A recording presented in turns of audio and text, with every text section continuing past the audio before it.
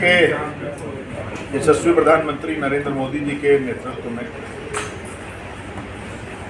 तीसरी बार राष्ट्रीय जनतांत्रिक गठबंधन की सरकार केंद्र के अंदर बनी है। तीसरी बार सरकार बनने के बाद देश की माननीय वित्त मंत्री श्रीमती निर्मला सीतारमण जी ने तीसरी सरकार का पहला आम बजट जनता के लिए लोकसभा में रखा। उस बजट में क्या क्या किसके लिए है और किस प्रदेश को उस बजट में क्या मिला, इन सब बातों की चर्चा करने के लिए संगठन के निर्देश पर आज मैं प्रतापगढ़ जिले में आया हूं। और जहां तक बजट की चर्चा करते हैं तो जिस प्रकार लोकसभा के चुनाव में हमारे कुछ विपक्षी दलों के नेताओं ने सोशल मीडिया के माध्यम से, इलेक्ट्रॉनिक मीडिया के माध्यम से देश के आम जनमानस को दिग्भ्रमित करके एक अलग प्रकार का माहौल प्रदेश में बनाने का काम किया, ठीक उसी प्रकार इस बजट को लेके भी विपक्ष के कुछ लोगों के द्वारा कुछ अनर्गल बातें कही गई।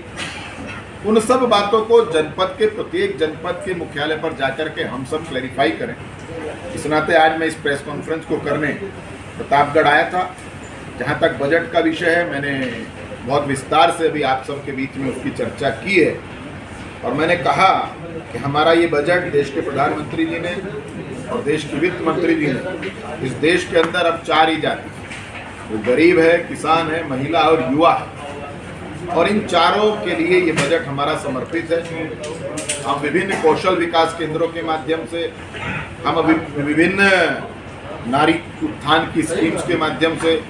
हम कृषि के अंदर बहुत सी ऐसी योजनाओं के माध्यम से और नौजवानों को हम और अधिक रोजगार के अवसर प्रदान करें, ऐसी बहुत सी योजनाओं के साथ उसमें प्रचुर मात्रा में हर वर्ग के लिए एक अलग से बजट की व्यवस्था की गई है। और जहां तक उत्तर प्रदेश की बात है, जो लोग विपक्ष के लोग भ्रम फैलाने का काम कर रहे हैं, उसमें 2.44 लाख करोड़ का आवंटन मात्र उत्तर प्रदेश के लिए है। और अलग अलग सेक्टर में, और जब अगर मैं इसको बाइफरकेट करूं तो जहां तक रेलवे की बात है, रेलवे के डेवलपमेंट के लिए उत्तर प्रदेश को 19,848 करोड़ रुपए दिए गए हैं। और औद्योगिक पार्क 12 देश के अंदर बनने हैं, उसमें से 2-3 नए इंडस्ट्रियल पार्क उत्तर प्रदेश को मिले हैं। पीएम सूर्य योजना प्रधानमंत्री जी की बहुत महत्वाकांक्षी योजना है, उससे हम 20 लाख परिवारों को लाभान्वित करेंगे। जहाँ तक शिक्षा की बात है, 1000 ITI का हब बनाने की योजना है, उसमें से लगभग 100 ITI कॉलेज हमारे अपग्रेड होंगे, जिससे 3.5 लाख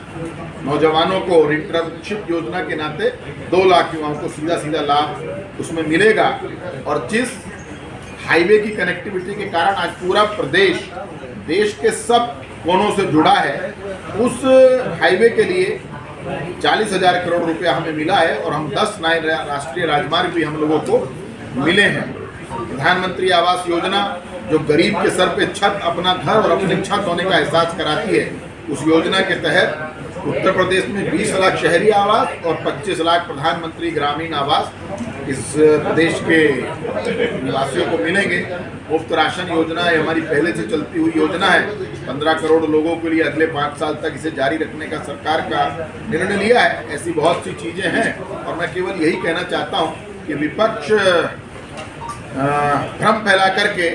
लोकसभा में कुछ सीटें जीतने का काम उन्होंने किया है। इस प्रदेश की जनता ने अब समझ लिया है कि इसका विकास, देश का विकास और देश को विकसित भारत बनाने का संकल्प देश के प्रधानमंत्री नरेंद्र मोदी जी के नेतृत्व